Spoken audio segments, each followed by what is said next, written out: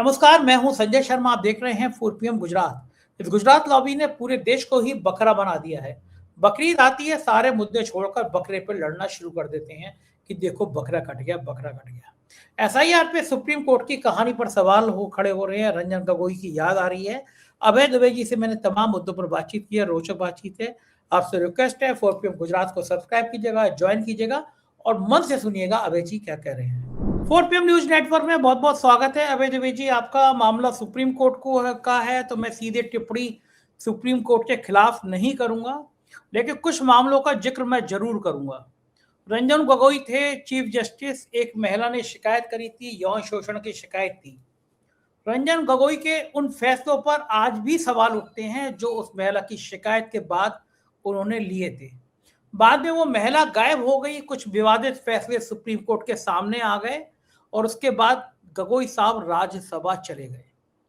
चंद्रचूड़ साहब आए थे। लगातार लोकतंत्र की बड़ी बड़ी आस्थाएं होंगी।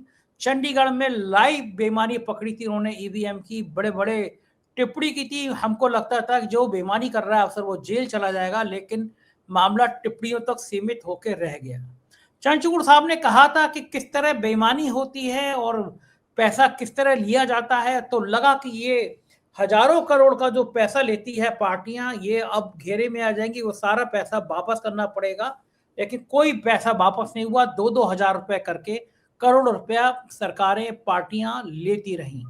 और बाद में चंद्रचूड़ साहब के घर में गणेश आरती करने के लिए विश्व गुरु पहुंच गए और फिर चंद्रचूड़ साहब को एक बड़ा सा बंगला आवंटित हो गया। मेरा सूर्यकांत जी की मंशा पर सवाल उठाने का कोई इरादा नहीं है, लेकिन काकरोच पार्टी ने कुछ मुंह का जायका तो खराब कर दिया है। एसआईआर को लेकर जो फैसला आया है उससे देश भर में बहस छिड़ गई है। योगेंद्र यादव ने एक विवादित फैसले से तुलना कर दी है उनकी और कहा है कि यह फैसला लोकतंत्र पर आघात पहुंचाने वाला है। 27 लाख वोट कटे थे बंगाल में और बंगाल का चुनाव इधर का उधर हो गया।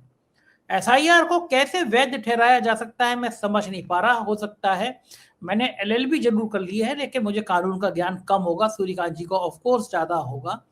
आपको क्या लगता है, इस फैसले पे सवाल उठाने चाहिए या ये मीलॉर्ड का फैसला है, इसे चुपचाप आंखें बंद करके स्वीकार कर लेना चाहिए, या फिर ये मान लेना चाहिए कि देश में अब एक विरोध की ऐसी अग्नि भड़क रही है जो ऊपर से सतह से शांत दिख रही है, लेकिन कहीं ना कहीं धरती के भीतर एक ज्वालामुखी एक आकार ले रहा है जो कभी भी फट सकता है। आपका क्या मानना है?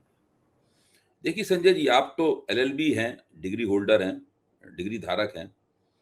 मैं तो एलएलबी भी नहीं हूँ। मैं तो एक कानूनी कार्रवाई कानून से काफ़ी कुछ नाजानकार, जो सामान्य ज्ञान होता है कानून का, वही मुझे है। लेकिन मैं एक राजनीतिक समीक्षक हूँ। कुछ बातें मुझे पता हैं जिनके आधार पर मैं इस फैसले के बारे में कुछ बातें कह सकता हूँ। फैसले को गलत बताना या उसमें से नुक्स निकालना मेरा मकसद नहीं है। जो मेरा मकसद ये है कि मैं उन पहलुओं की तरफ ध्यान दिलाऊंगा जो मुझे लगता है कि यह फैसला लेते समय उन पहलुओं पर ध्यान नहीं दिया गया या उनकी उपेक्षा कर दी गई, जानबूझ के की गई या धोखे में उपेक्षा हो गई। धोखे में तो कोई उपेक्षा हो नहीं सकती। सबसे पहली बात जो मैं ये मानता हूं कि एसआईआर को, स्पेशल इंटेंसिव रिवीजन को वैध बताते समय क्या इस बात का ध्यान रखा गया कि पश्चिम बंगाल में 27 लाख से ज्यादा वोटरों के बारे में चुनाव आयोग ये तय नहीं कर पाया कि वो वोटर हैं या नहीं है। अगर वो उनको अवैध घोषित कर देता और कह देता ये वोटर नहीं है, तो वो जिस वोटर लिस्ट को बना रहा था, नई वोटर लिस्ट को, वो वोटर लिस्ट कंप्लीट हो जाती, संपूर्ण हो जाती। चुनाव आयोग ने उन 27 लाख वोटरों को न वैध घोषित किया न अवैध घोषित किया। इसका सीधा मतलब मेरी निगाह में यह है, काबिल लोग मुझे गलत ठहरा सकते हैं, मेरी निगाह में यह है कि चुनाव आयोग एसआईआर के जरिए जो नई मतदाता सूची बना रहा था, वो मतदाता सूची अपूर्ण रह गई। जैसे ही मतदाता सूची अपूर्ण होती है, वैसे ही 1950 के लोक प्रतिनिधित्व कानून के तहत ये बाध्यता होती है चुनाव आयोग के सामने कि वो उस मतदाता सूची के मुताबिक चुनाव न करवाए, बल्कि अपूर्ण मतदाता सूची के तहत चुनाव न करवाए, तो बल्कि उससे पहले जो सूची थी उसके तहत चुनाव करवाया जाए। और इसमें लोक प्रतिनिधित्व कानून किसी अपवाद का इस्तेमाल नहीं करता, किसी किंतु परंतु का इस्तेमाल नहीं करता। वो स्पष्ट रूप से कहता है कि ऐसा ही होना चाहिए। वो ये मानता है कि चुनाव आयोग को पूरा अधिकार है कि वो कभी भी मतदाता सूची को दुरुस्त करने के लिए कोई अभियान छेड़ सकता है, कोई कवायद शुरू कर सकता है, कोई कार्यक्रम ले सकता है। लेकिन अगर चुनावी प्रक्रिया शुरू होने से पहले वो अपने कार्यक्रम को संपूर्ण नहीं कर पाता, तो उसे पुरानी सूची के मुताबिक चुनाव कराना चाहिए। क्या पश्चिम बंगाल के मामले में ऐसा हुआ? अगर ऐसा हुआ तो कोई मुझे बताए कि मैं गलत कह रहा हूं। ऐसा हुआ? वो 27 लाख वोटरों की स्थिति इस वक्त क्या है? वो 27 लाख वोटर क्या वोटर अवैध घोषित कर दिए गए, या वो वैध घोषित कर दिए गए? और आज की तारीख में वो वैध या अवैध घोषित किए जाते हैं, इसका कोई मतलब ही नहीं है। जिस समय चुनाव की प्रक्रिया शुरू हो चुकी थी और उसकी तारीखें, यानी पर्चा वापस लेने की अंतिम तारीख निकल चुकी थी, उससे पहले यह काम होना चाहिए था, क्योंकि उसी के तुरंत बाद वो मतदाता जो बनी हुई मतदाता सूची है वो पार्टियों को दी जाती है। ऐसा नहीं किया गया। ऐसा क्यों नहीं किया गया मुझे नहीं मालूम। इस सवाल के ऊपर गौर किया जाना चाहिए। क्या सुप्रीम कोर्ट ने इस प्रश्न के ऊपर गौर किया? और ये बात आज जो मैं कह रहा हूं, ये उस वक्त भी मैंने 4 PM के मंच पे कही थी। मैंने ही नहीं, चुनाव के कई जानकारों ने ये बात कही थी। लेकिन मतदाता सूची पूरी नहीं बनी। 27 लाख वोटर हवा में अटके हुए हैं। ये 1-2 वोटरों का मामला नहीं है, 27 लाख वोटरों का मामला है, वो हवा में अटके हुए हैं। उन्हीं 27 लाख वोटरों के मामले का निस्तारण करने के लिए खुद सुप्रीम कोर्ट ने हस्तक्षेप करके अपने ट्रिब्यूनल्स बनाए थे, जिनको जुडिशियल ऑफिसर, जिनके इंचार्ज नियुक्त किए गए थे, वो जुडिशियल ऑफिसर भी उस काम को पूरा करने में असमर्थ रहे। मुश्किल से 6, 7, 8 हजार लोग ही मतलब उसमें उन ट्रिब्यूनल के जरिए निस्तारित हो पाए। मेरा कहना यह है कि जो कानून का या सुप्रीम कोर्ट ये जरूर कह सकता है कि भाई वो कानून में ये जो खास प्रावधान जिसका आप जिक्र कर रहे हैं, ये प्रावधान यहां लागू नहीं होता। क्यों नहीं लागू होता ये बताया जाए। देखिए, ऐसा आज तक भारत के इतिहास में नहीं हुआ कि किसी प्रदेश की मतदाता सूची में से 27 लाख वोटरों की नागरिक की हैसियत जो है वो संदिग्ध हो गई हो। पहली बात तो मैं ये कहना चाहूंगा। दूसरी बात मैं कहना चाहूंगा कि विद्वान न्यायाधीशों ने अपने फैसले में ये कहा है कि चुनाव आयोग को SIR कराने का अधिकार है और चुनाव आयोग को लोगों की नागरिकता जांचने का भी अधिकार है। लेकिन जब वो लोगों की नागरिकता जांचेंगे तो उसका असर केवल उनका वो लोग मतदाता सूची में नाम रखने या न रखने तक ही सीमित होगा।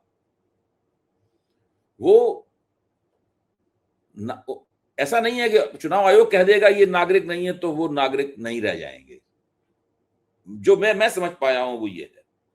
अच्छा, अब मैं यहां से थोड़ी सी इस चर्चा को विश्लेषण में ले जाना चाहता हूं। पहले तो मैंने कानून का सवाल उठाया था, उसमें विश्लेषण का कोई पॉइंट नहीं है। जो पहला पॉइंट मैंने उठाया था लोक प्रतिनिधित्व कानून का, वो एनालिटिकल पॉइंट नहीं है, वो तो सीधे सीधे कानून का मसला है। या तो कहा जाए इस कानून को हम नहीं मानेंगे, इस खास कोई पश्चिम बंगाल का चुनाव कोई अपवाद है, हम इस कानून को अपवाद स्वरूप नहीं मानेंगे, ऐसा तो नहीं कहा गया। अच्छा, दूसरा सवाल उठा रहा हूं वो विश्लेषणात्मक पॉइंट है, विश्लेषणात्मक मुद्दा है। वो ये है कि जब आपने किसी एक नागरिक को, किसी एक वोटर को नागरिक न मानकर उसका वोटिंग अधिकार छीन लिया, यानी उसका मतदाता सूची में से नाम काट दिया, तो सबसे पहली बात तो यह है कि उसका सर्व प्रमुख राजनीतिक अधिकार छिन गया। वोट देने का अधिकार जो संविधान ने दिया था वो अधिकार उसका उसी वक्त छिन गया। जब किसी व्यक्ति को, कोई व्यक्ति वोटर ही नहीं रहेगा तो उस व्यक्ति को नागरिक के दूसरे अधिकार कैसे प्राप्त होंगे? मतलब ये कौन सी परिभाषा हुई कि एक व्यक्ति को नागरिक होने का एक अधिकार प्राप्त नहीं होगा और दूसरे अधिकार उसको मिलते रहेंगे। ये क्या संभव है? भाई, एक व्यक्ति अगर नागरिक नहीं है, उसकी नागरिकता संदिग्ध है, चुनाव आयोग जो कि संवैधानिक संस्था है, चुनाव आयोग कोई छोटी मोटी साधारण संस्था नहीं है, उसने कहा भाई हम आपको नागरिक नहीं मानते, इसलिए हम आपका मतदाता सूची में से नाम काट रहे हैं। अब आप बताइए, उस व्यक्ति को नागरिक होने के दूसरे अधिकार कैसे प्राप्त होंगे, जबकि सुप्रीम कोर्ट के आदेश के अनुसार चुनाव आयोग उसको नागरिक अगर नहीं मानेगा तो केवल उसका मतदाता सूची में से नाम ही निकाल सकता है और कुछ नहीं कर सकता। उसको गैर नागरिक नहीं घोषित कर सकता, उसको घुसपैठिया घोषित नहीं कर सकता चुनाव आयोग। लेकिन क्या वास्तव में ऐसा होगा? मेरा प्रश्न यह है। जब एक संवैधानिक संस्थान है, अपनी कथित जांच पड़ताल का सहारा लेकर, उसके पास एक जांच पड़ताल की मशीनरी है जिसके जरिए ये उसने एसआईआर करवाई है, उसके जरिए उसने कह दिया कि भई ये इस व्यक्ति के नागरिक होने पर हमें यकीन नहीं है, हम इसका मतदाता सूची में से नाम काटते हैं। अब जब जनगणना के कर्मचारी उस व्यक्ति के पास जाएंगे और अगर वो उससे पूछते हैं कि क्या आप वोटर हैं, तो ये तो नहीं कह पाएगा कि हम वोटर हैं। आप वोटर क्यों नहीं है? क्या आप 27 लाख लोगों में शामिल हैं जिनके बारे में तय नहीं है कि वो वोटर हैं कि नहीं है? बोला नहीं साहब, हमारा तो वोटर मतदाता सूची में से नाम निकाल दिया गया। क्यों नहीं नाम निकाल दिया गया? चुनाव आयोग हमको नागरिक मानता ही नहीं है। अब आप बताइए, उसका जनगणना में भी इसकी गिनती नहीं होगी, तुरंत वो लोग जनगणना में गिनती करने से इनकार कर देंगे। अगर वो अपने जवान बेटे को कहीं एक सेल्फ एम्प्लॉयमेंट में ठेला लगवाना चाहता है, उसको कोई दुकान खुलवाना चाहता है, उसके लिए कर्ज चाहिए, तो कोई भी संस्था उसको कर्ज नहीं देगी, क्योंकि उसके पास तो सिटीजनशिप का प्रमाण ही नहीं है। चुनाव आयोग ने उसकी सिटीजनशिप पर कट्टा लगा दिया है। सवालिया निशान नहीं, सवालिया निशान तो 27 लाख लोगों में लगा हुआ है, उस पर कट्टा लगा हुआ है, क्रॉस लगा हुआ है, ये नहीं है नागरिक। तो फिर ये जो बात कही सुप्रीम कोर्ट ने, इसका मतलब क्या रह जाता है? ये सब बातें मैं सामान्य ज्ञान के लिहाज से कह रहा हूं। संजय जी, आप बताइए इसमें गलत बात क्या है? नहीं, कोई गलत बात नहीं है, बिल्कुल ठीक बात है। ये बिल्कुल भारत के नागरिक के लिए अधिकार है। अगर चुनाव आयोग कहता है कि अभय कुमार दुबे इस देश के नागरिक नहीं है, इसलिए हम इनको मतदाता सूची में इनका नाम काटते हैं, उसके बाद हम किस अधिकार से अन्य मंचों पर अन्य सरकारी सुविधाओं का लाभ उठाने के लिए अर्जी देंगे? और हम अर्जी देंगे तो उसके साथ में कौन सा प्रमाण पत्र लगाएंगे? क्योंकि चुनाव आयोग ने तो कह दिया कि जो आधार है वो नागरिकता का प्रमाण पत्र नहीं है।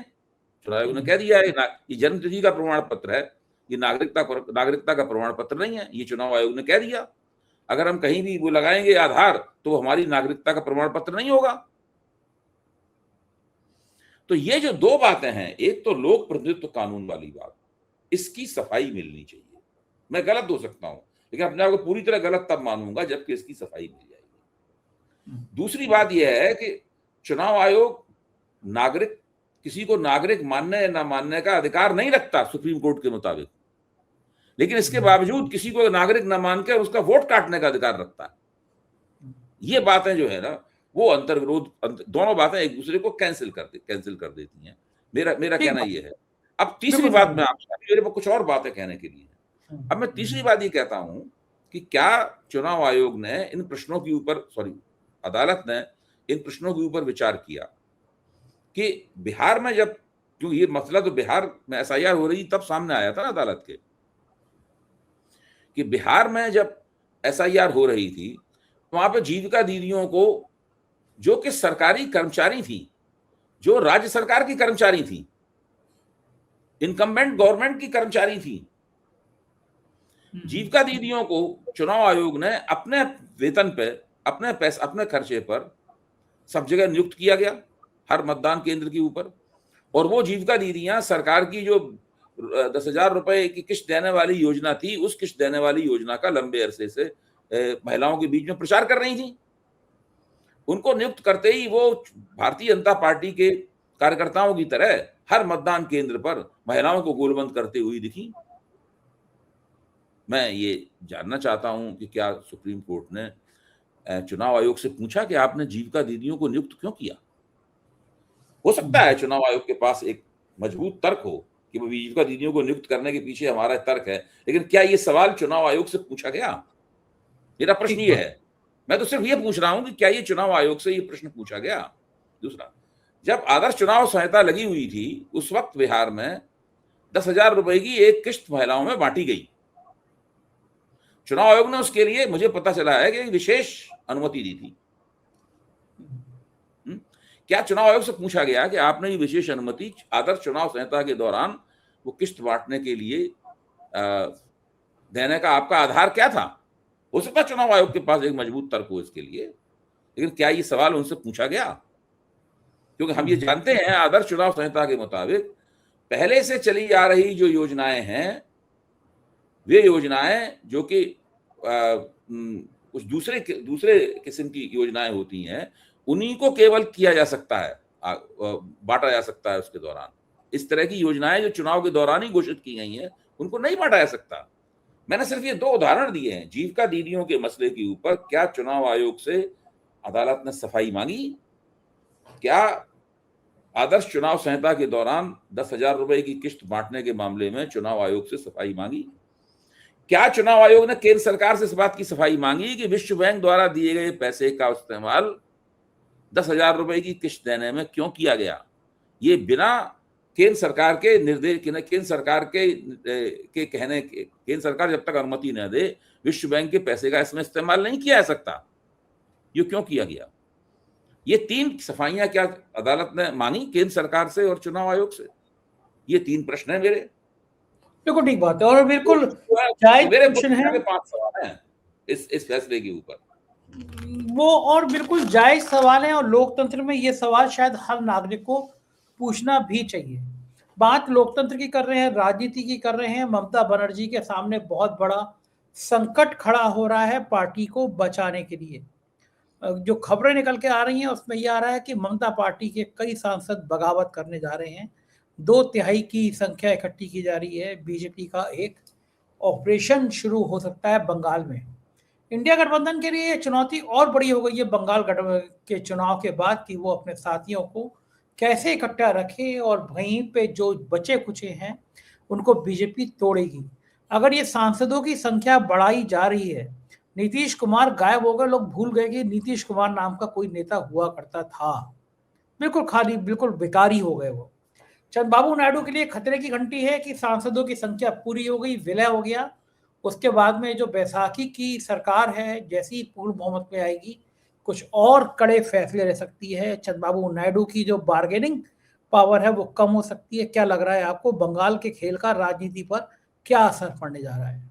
देखिए, बंगाल में जैसे ही ममता बनर्जी की पराजय हुई उसी वक्त मैंने स्पष्ट रूप से कहा था कि ममता बनर्जी के लिए अपनी पार्टी को बिखरने से और सिकुड़ने से रोकना बहुत मुश्किल होगा, क्योंकि बंगाल की राजनीति की परंपरा अलग तरह की है।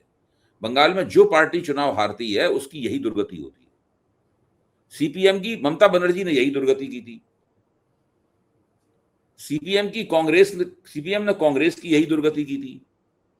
और पिछले चुनाव में जब ममता बनर्जी ने बीजेपी को हरा दिया था तो ममता बनर्जी ने बीजेपी की भी यही दुर्गति की थी। अब ममता बनर्जी की भी वही दुर्गति हो रही है। यह संभव है बचना। अच्छा, जहां तक ममता बनर्जी के संसदीय दल का सवाल है, उसके बारे में भी मैंने कहा था कि इस संसदीय दल को स्प्लिट किया जाएगा। ज्यादा संभावना है कि तमिलनाडु में द्रमुक के संसदीय दल को भी स्प्लिट किया जाए। और अगर भारतीय जनता पार्टी ने द्रमुक के संसदीय दल को स्प्लिट कर दिया, उसको तोड़ दिया, तो तमिलनाडु में उसके पास सांसद हो जाएंगे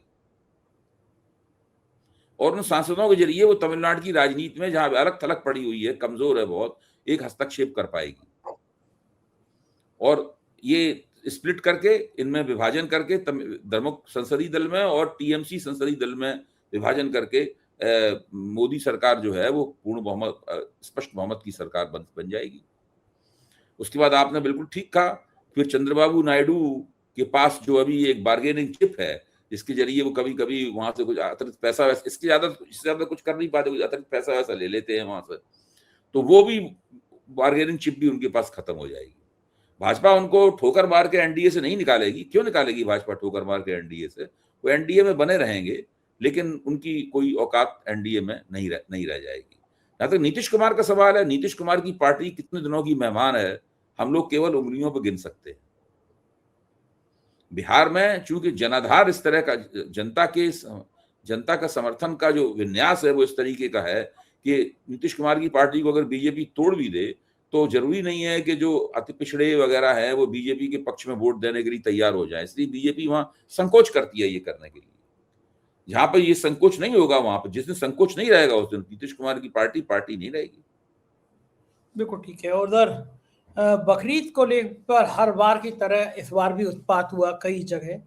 मेरी समझ में ये नहीं आता कि तमाम हिंदू संगठनों को इसी दिन बकरा क्यों याद आता है। मैं तो आराम से 3 दिन पहले मैं बकरा खा रहा था, तो वो मैं आजकल ब्लॉगिंग करता हूँ। जस्ट संजय पे तो बड़ी मज़ेदार व्यंग वाली कुछ रील बनाता हूँ। तो मेरे संग जो काम करती है पिया, उसने मेरे को बकरा का एक वो पीस खा रहा था, चुपचाप वीडियो बना दिया और रील आ रही है को बकरीद पे किसी बकरे ने बकरे को खाते हुए देखा है। मैं तो मजाक कर रहा था, आराम से 3 दिन पहले बकरा खा रहा था मैं। और तमाम हिंदू खाते हैं, तमाम पंडित खाते हैं, आप भी खाते हो, मैं भी खाता हूँ, हम दोनों ब्राह्मण हैं, दोनों खाते हैं। कामाख्या देवी में लगातार बलि दी जाती है।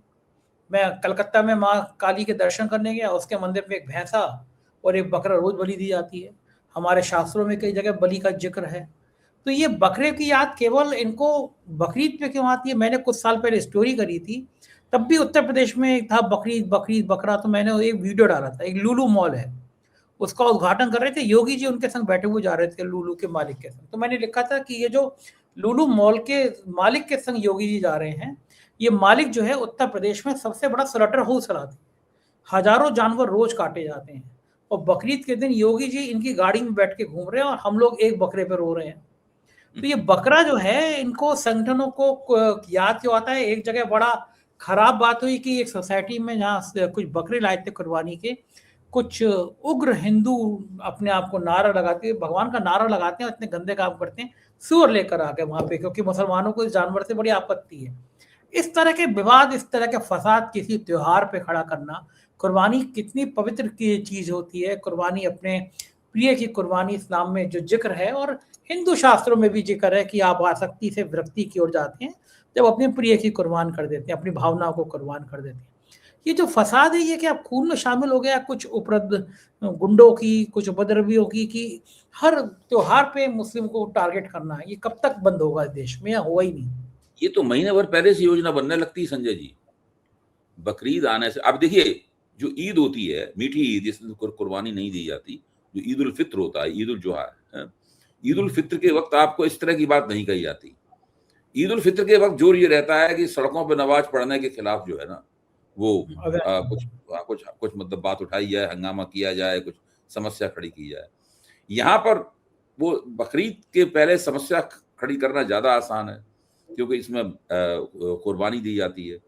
तो पहले से सब ये योजना बना ली जाती है ताकि एक मुसलमान विरोधी माहौल बनाया जा सके।